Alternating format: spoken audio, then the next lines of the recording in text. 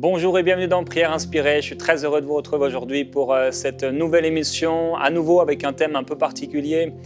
Dieu met souvent des thèmes particuliers dans mon cœur parce qu'il y a beaucoup de thèmes qui ne sont pas trop développés ou selon moi pas assez développés dans l'Église et qui, je pense, dans le cœur de Dieu sont importants parce que beaucoup y font face et ils ne savent pas exactement comment réagir, comment ils devraient faire.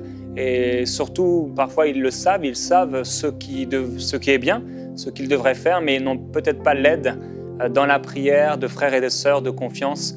Alors c'est pour moi et pour nous tous à EMCI vraiment une joie de pouvoir nous accorder à vos prières, à votre foi, et de pouvoir prier avec et également pour vous. Et vous savez comme moi que Dieu fait des grands miracles à travers ce ministère de EMCI, par le Saint-Esprit, et c'est vraiment le don gratuit de Dieu, la vie éternelle, mais aussi toutes les choses qu'il nous a réservées en Jésus-Christ. Et c'est vraiment extraordinaire de voir le Seigneur guérir, libérer, sauver, le Seigneur édifier, transformer des hommes et des femmes partout dans la francophonie et au-delà. On est vraiment reconnaissant à Dieu pour cela. Aujourd'hui, on va partager sur ce thème particulier de la privation sexuelle, qu'elle soit subie ou non, qu'on soit marié ou pas. On a tous fait d'ailleurs face à cette privation. Alors on va en parler aujourd'hui et d'abord partager un témoignage d'une sœur qui s'appelle Danielle et elle a 25 ans et elle habite au Cameroun et elle nous dit qu'elle a accepté le Seigneur à 15 ans et pendant plusieurs années elle s'est un peu éloignée du Seigneur, elle n'avait pas de révélation de son amour et elle est tombée sur nos émissions et pendant 3 ans sa croissance dans sa relation avec Dieu s'est améliorée de jour en jour. Le Seigneur a fait tomber des faux raisonnements qu'elle avait, et entre autres sur la personne du Saint-Esprit et son baptême. Alors un jour, elle dit qu'en écoutant une émission Prière Inspirée qui s'appelait « Je prierai en langue jusqu'à voir Jésus », je me souviens que j'avais fait cette émission à la fin de l'année, elle avait été diffusée je crois en début d'année. Elle dit « Je voulais vivre cette expérience merveilleuse avec le Saint-Esprit, voir le Saint-Esprit se manifester en moi dans toute sa puissance. » Et gloire à Dieu, cela m'est arrivé mardi dernier, durant la série avec Audrey Mack. J'avais pris l'habitude de regarder l'émission chaque matin quand j'arrive au bureau et d'y prier également. Je ne sais pas à quel moment je me suis retrouvé au sol à crier et à gémir sans comprendre. Et là, je me suis dit, voilà ce que j'avais demandé à Dieu, le Saint-Esprit va visiter. Ce n'est pas réservé qu'aux autres finalement. Gloire à Dieu. Non, ce n'est pas réservé qu'aux autres. Je crois que vous avez votre part. Vous faites partie du corps de Christ, alors vous avez votre part. Et si vous n'êtes pas encore sauvé, vous avez la grâce aujourd'hui de pouvoir reconnaître que Dieu a envoyé ce qu'il avait de plus précieux, son Fils Jésus-Christ unique, et qu'il a envoyé porter vos maladies, vos souffrances, mais avant tout, votre péché et la malédiction qui reposait sur vous. Et peut-être vous tombez sur cette émission aujourd'hui pour la première fois. Vous avez vu privation sexuelle, de quoi il va parler ce gars? Eh bien, je veux avant tout vous parler de Jésus-Christ, le Fils de Dieu. Il vous aime. Dieu vous aime vraiment, profondément. Et peut-être aujourd'hui, vous avez du mal avec cette privation sexuelle, vous avez des désordres même au niveau de votre sexualité. Et le Seigneur Jésus-Christ a quelque chose à vous dire de la part du Père. Dieu vous aime et il veut vous purifier, vous rendre libre et vous donner une paix extraordinaire que vous n'avez jamais connue jusque-là si vous n'avez pas encore connu Jésus-Christ. Et je voudrais vraiment vous encourager, si vous ne l'avez pas connu, à reconnaître que vous avez péché, que vous avez vécu votre vie en étant le maître de votre vie, et aujourd'hui à reconnaître que Jésus est le Seigneur, est le Sauveur et le maître de votre vie. Si vous désirez ne plus être le Seigneur de votre vie, mais que Jésus devienne celui qui dirige votre vie, si vous reconnaissez que vous avez péché contre Dieu et que vous voulez aujourd'hui vivre pour Dieu à 100%, alors aujourd'hui, n'endurcissez pas votre cœur, mais écoutez la voix du Seigneur qui vous appelle, il ne vous rejettera pas, il vous aime et je veux vous encourager à faire une prière de tout votre cœur en disant « Seigneur, vraiment, je te demande pardon pour mes péchés, je veux vivre pour toi » et selon ce qui est dans votre cœur, pouvoir le partager à Dieu dans une simple prière. Alors je vais partager aujourd'hui sur cette privation sexuelle. La Bible nous dit dans le livre de Thessaloniciens au chapitre 4, au verset 1, « Au reste, frères, nous vous le demandons et nous vous y exhortons dans le Seigneur Jésus. Vous avez appris de nous comment vous devez marcher et plaire à Dieu. D'ailleurs, vous le faites. Eh bien, progressez encore. » Oui, on a tous des progrès à faire. « Vous savez en effet quelles recommandations nous vous avons données de la part du Seigneur Jésus-Christ. Alors, quelles étaient ces recommandations? Ce que Dieu veut, c'est votre sanctification. Et ça, j'aimerais déjà m'arrêter là. Je me souviens, j'ai déjà partagé dans Prière inspirée, j'étais en région parisienne et j'étais dans un temps de prière particulier pendant plusieurs jours et plusieurs semaines. Et à un moment, la présence du Saint-Esprit était tellement forte dans ma vie que je me suis senti saint. Non seulement dans mon esprit ou dans mon âme, mais même dans mon corps, je sentais la sainteté de Dieu. Et je l'avais partagé à mon ami Michael Lebeau. Je lui ai dit, je me sens saint. Et il avait trouvé ça assez drôle à l'époque. Mais il y avait une telle sainteté, il y avait une telle présence. Vous savez, on parle du Saint-Esprit, mais il est tellement saint. Il est tellement pur. Et il y a une telle sainteté. C'est pourquoi les anges de Dieu ne cessent de crier « Saint, Saint, Saint est l'Éternel des armées ». Et lorsqu'ils le crient, il y a un tremblement, comme un tremblement de terre. La gloire de Dieu se manifeste. Dieu est saint et je prie vraiment de tout mon cœur, mon frère, ma sœur. Quel que soit, et l'apôtre le dit, d'ailleurs, ils le disent ensemble. Vous êtes déjà, vous marchez dans ces choses, mais je vous exhorte à progresser encore. Peut-être que vous n'avez pas de péché particulier dans votre vie, peut-être que si, mais on peut encore progresser et découvrir encore plus la sainteté de notre Dieu. Oui, Dieu est vraiment saint. Il est foncièrement saint, c'est sa nature. Et il veut nous faire participer à sa sainteté. La sainteté, c'est quelque chose de si puissant. Être saint pour Dieu, être mis à part pour Dieu. La sainteté, ce n'est pas un joug. Ce n'est pas comme la privation sexuelle, quelque chose qu'on peut, entre guillemets, subir. C'est quelque chose qu'on doit désirer, quelque chose qu'on doit manifester. Ah oui, là où vous êtes, vous pouvez déjà dire au Seigneur, fais-moi goûter à ta sainteté. Je veux expérimenter comme jamais auparavant ta sainteté. Frères et sœurs, il faut qu'on prie et quand on prie, il faut qu'on prie dans la foi. Dis-lui, Père, révèle-moi ta sainteté. Fais-moi découvrir ta sainteté. Fais-moi connaître ce que je ne connais pas à propos de ta sainteté. Tout est saint en toi. Que tout soit saint en moi. Je veux participer à ta nature. Être saint, tu as dit, vous serez saints, car je suis saint. Alors, je déclare au nom de Jésus que la sainteté est mon partage. Je suis et je serai saint, car mon Dieu est saint. Et d'ailleurs, je vous encourage très fortement, si vous avez des problèmes avec un péché particulier, peut-être avec la masturbation de je ne sais quel péché, à déclarer ce verset qui est chargé d'autorité. Vous serez saints, car je suis saint, dit le Seigneur. Et quand vous allez proclamer ces choses, eh bien Dieu est derrière sa parole pour l'accomplir. La sainteté de Dieu va se manifester dans tout votre être. Alors il dit, ce que Dieu veut, c'est votre sanctification. C'est que vous vous absteniez de l'inconduite. C'est pourquoi je vais parler en quelques mots de la privation sexuelle. Le fait de se priver ou d'être privé de sexualité. Soit c'est un choix, soit on le subit. Et c'est le cas qu'on soit marié ou non. Parce qu'il arrive des temps où on fait le choix, l'apôtre Paul en parle, pour vaquer à la prière par exemple, mais il arrive certaines situations dans les couples où malheureusement c'est une privation, l'un des deux conjoints, ou peut-être parfois les deux à cause de problèmes physiques, subissent cette privation. La Bible dit, ce que Dieu veut, c'est que vous vous absteniez de l'inconduite. C'est que chacun de vous sache tenir son corps, en fait, littéralement, c'est son objet. C'est intéressant. Que chacun de vous sache tenir son objet dans la sainteté et l'honnêteté. Il y a une traduction qui dit que chacun puisse vivre avec sa femme dans la sainteté. Alors on voit ici que c'est bon pour les célibataires ou ceux qui ne sont pas mariés, mais aussi pour ceux qui sont en couple, que chacun puisse vivre dans la sainteté. Que chacun de vous sache tenir son corps dans la sainteté et l'honnêteté, sans se livrer à une convoitise passionnée, comme font les païens qui ne connaissent pas Dieu. Et au verset 7, « Car Dieu ne nous a pas appelés à l'impureté, mais à la sanctification. Et celui qui rejette ses préceptes ne rejette pas un homme, mais Dieu, qui vous a aussi donné son Esprit Saint. » Gloire à Dieu.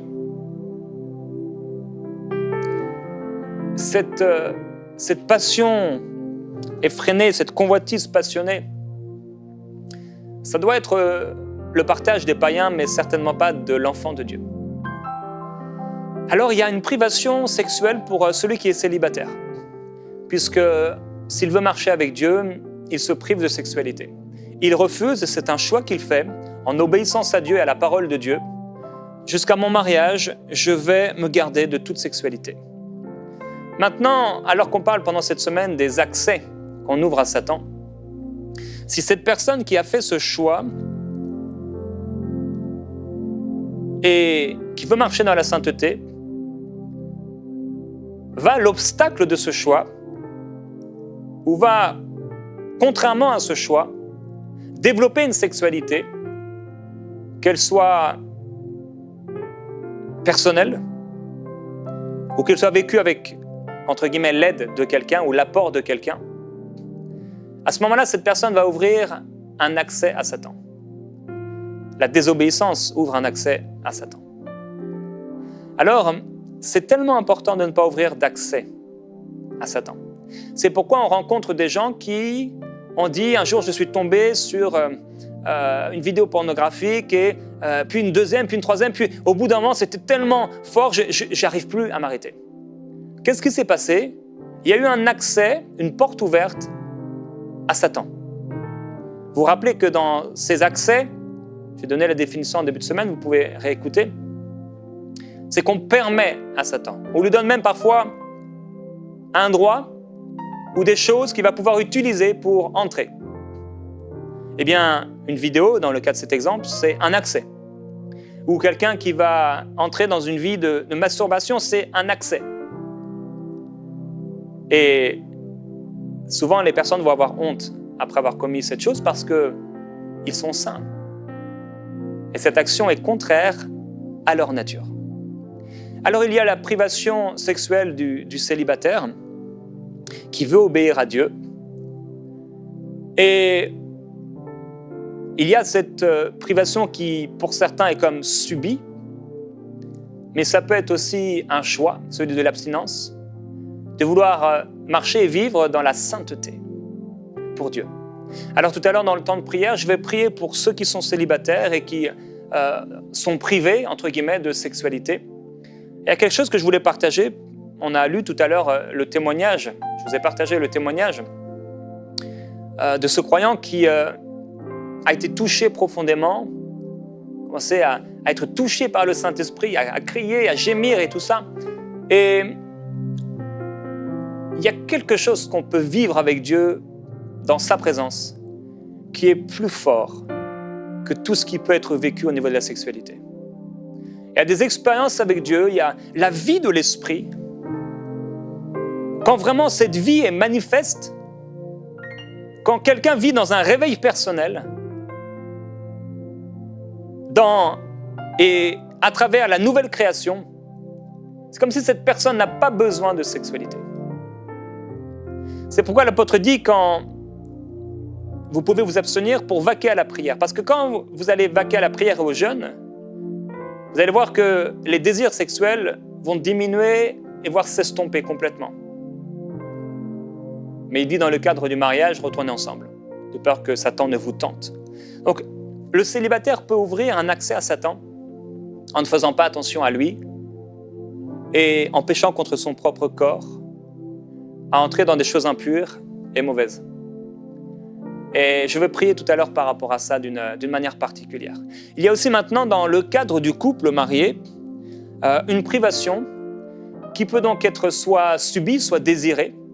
Alors, celle qui est désirée, c'est celle dont je viens de vous parler. c'est un choix personnel. Par exemple, quelqu'un va décider de jeûner 3 jours, et pendant ces 3 jours, ou pendant ces 7 jours, ou pendant ces 21 jours, ou peut-être même pendant une période de 40 jours, pour ceux qui sont appelés particulièrement dans le jeûne et la prière, vont décider en commun, pendant cette durée du jeûne, on n'aura pas de relation ensemble, puisque je vais, ou peut-être toi, si les deux le font ensemble, vaquer à la prière et au jeûne. Et ce sont des temps formidables dans la présence de Dieu. Alors à ce moment-là, c'est une privation qui est désirée, qui est souhaitée. Il y a aussi des privations qui sont subies. Et là, c'est bien sûr les privations qui sont les plus difficiles.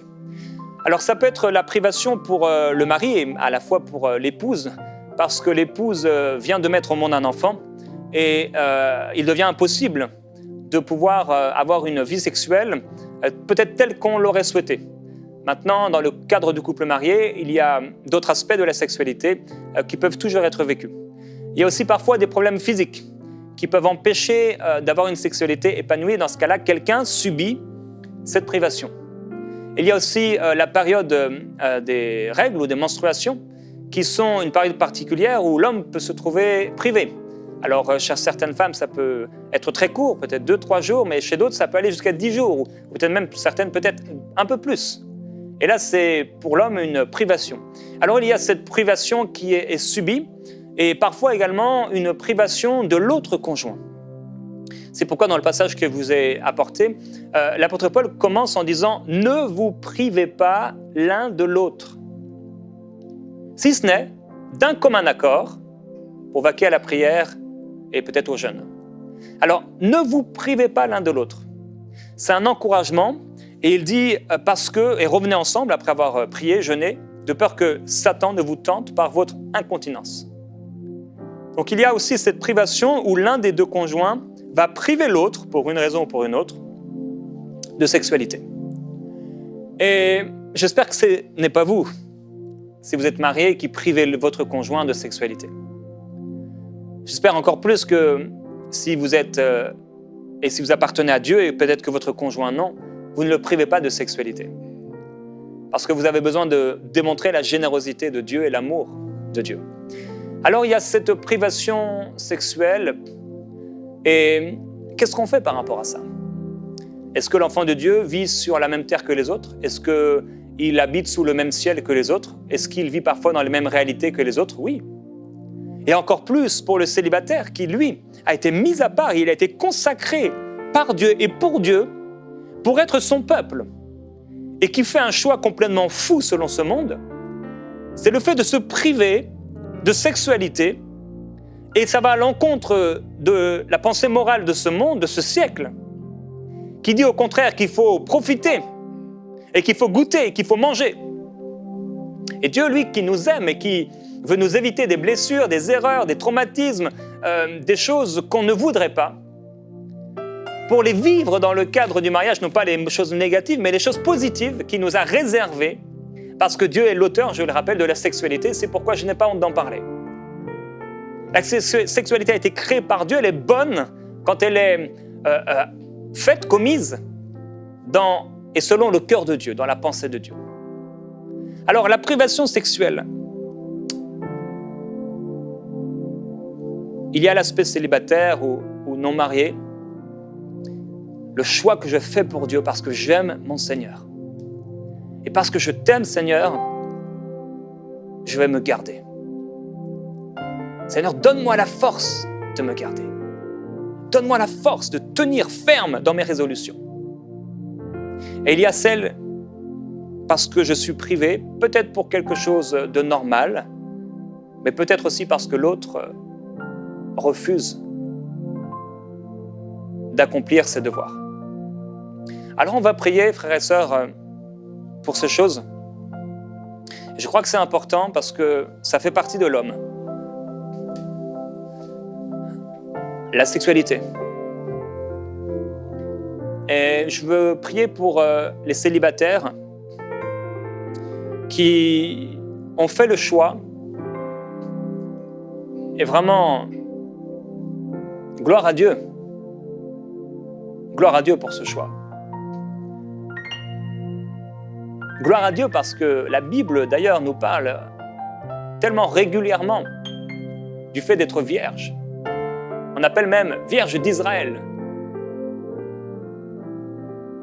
Et ça devrait être un honneur pour celui ou celle qui se marie que d'être vierge. Et je voudrais prier pour vous vraiment. Père, je te remercie parce que ta parole est claire, elle est limpide. Et pour celui qui a l'amour de la vérité, il sait dans son cœur et dans sa conscience ce qui est bien et ce qui est mauvais. Je priais, Père, pour mes frères et mes sœurs qui ne sont pas mariés et qui ont décidé d'attendre le mariage pour vivre leur sexualité. Père, je prie qu'ils soient puissamment fortifiés dans leur être intérieur et qu'ils puissent vivre un réveil personnel, un réveil spirituel, des temps tellement forts dans la prière que ces désirs que tu as mis en eux puissent être accomplis dans l'esprit. Et qu'ils vivent une grâce extraordinaire à cause de ton esprit, dans la prière ou dans la louange, dans la méditation de ta parole, dans le jeûne ou dans la prière. Une grâce extraordinaire qui repose sur eux et qui les rend forts, qui les rend puissants. Ils sont puissants ceux qui savent se garder. Fortifie-les, précieux Père. Remplis-les du Saint-Esprit. Inonde-les de ta gloire. Parce que tu dis dans ta parole, ce n'est ni par force et ni par puissance, mais c'est par mon esprit. C'est pourquoi, Père, je veux prier pour quelqu'un qui a essayé par lui-même et qui a échoué à chaque fois. Déclarer le sang de Jésus-Christ qui rend fort et puissant. Déclarer le ministère du Saint-Esprit qui rend capable de tenir notre objet dans la sainteté et l'honnêteté. Père, merci. Je crois que quelqu'un est libéré maintenant par la puissance de Jésus-Christ.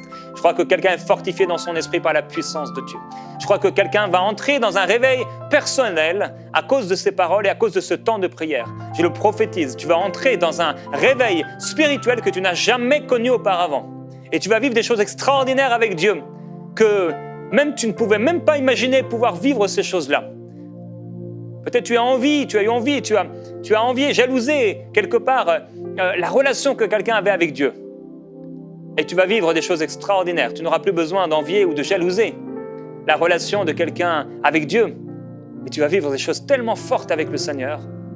Alléluia. Je veux aussi prier pour ceux qui subissent cette privation sexuelle en tant que célibataires. Ce n'est pas un choix, c'est qu'ils le subissent. Bon, ils savent qu'ils ne devraient pas le faire, qu'ils devraient se garder, mais en réalité, ils le cherchent. Et au fond, quand même, ils savent que c'est un péché, mais alors ils essaient de ne pas pécher, mais ils subissent, ce n'est pas un choix. Là, je veux prier pour ces personnes. Tu n'es pas venu mettre sur nous un joug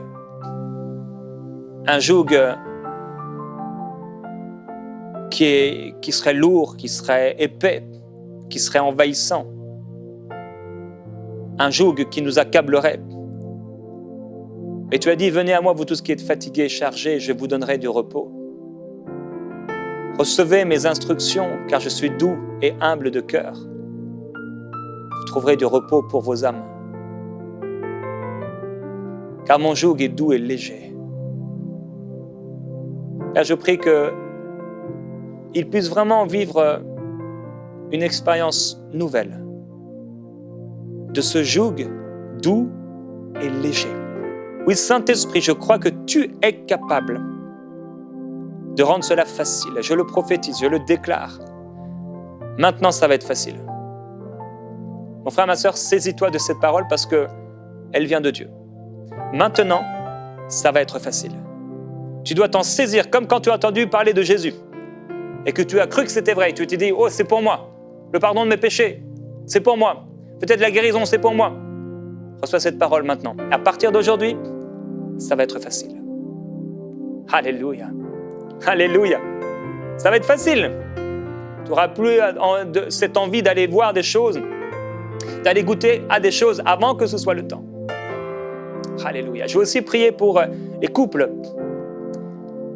qui se privent pour un temps, pour vaquer à la prière.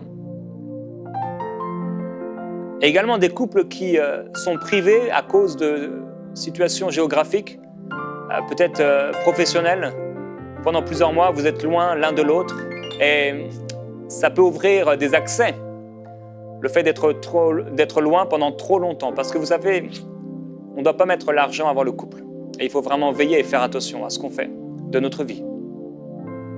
Et ne pas être nous-mêmes une occasion de chute pour notre couple. Et je veux prier pour vous. Père, je prie pour ces couples qui ont fait le choix de passer peut-être des temps de prière prolongés, des jeûnes prolongés, ou qui sont aussi dans des zones géographiques différentes pendant un temps prolongé, long. Père, je prie vraiment que tu les gardes, qu'ils soient forts, qu'ils soient forts.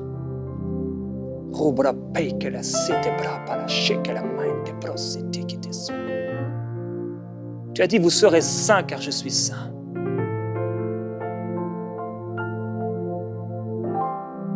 Père, je prie que jamais il n'ait à commettre l'adultère. Je prie que jamais il n'ait à commettre l'adultère même avec leur regard. Qu'il soit comme David qui disait, oh Dieu, que mes yeux ne regardent pas ce qui est mauvais. Qu'il ne soit pas comme celui qui se tient à l'écart et qui ferme les yeux et qui mord ses lèvres et qui consomme le mal. Et qu'au contraire, ces temps puissent être bénéfiques, même pour leur couple, dans le nom du Seigneur Jésus-Christ. Je veux aussi encourager toute personne qui priverait son conjoint en vous disant que vous faites mal, vous agissez mal. Ce que vous faites n'est pas bien. Et il est important d'être généreux et d'être bon et de marcher dans l'amour envers celui ou celle que vous avez épousé. Je vous encourage à écouter la voix du Seigneur et non pas votre voix. Ce n'est pas une question de vos goûts ou même de vos désirs, mais plutôt des désirs de Dieu. Alors je veux prier, Père, pour ces personnes, peut-être qui privent l'autre, alors qu'elles ne le devraient pas. Viens changer leurs pensées, s'il te plaît, viens renouveler leur intelligence. Donne-leur des rêves, un songe pour comprendre, une révélation particulière pour saisir, au nom de Jésus-Christ. Pour ceux aussi qui sont privés par des raisons physiques, des temps d'accouchement ou des temps, je l'ai dit, de menstruation qui reviennent constamment, je prie qu'ils soient forts au nom de Jésus-Christ. Qu'ils gardent courage dans les temps plus longs ou difficiles. Que tout soit fait avec amour, honnêteté et sainteté. Au nom de Jésus-Christ. Amen. À demain, frères et sœurs, dans Prière inspirée.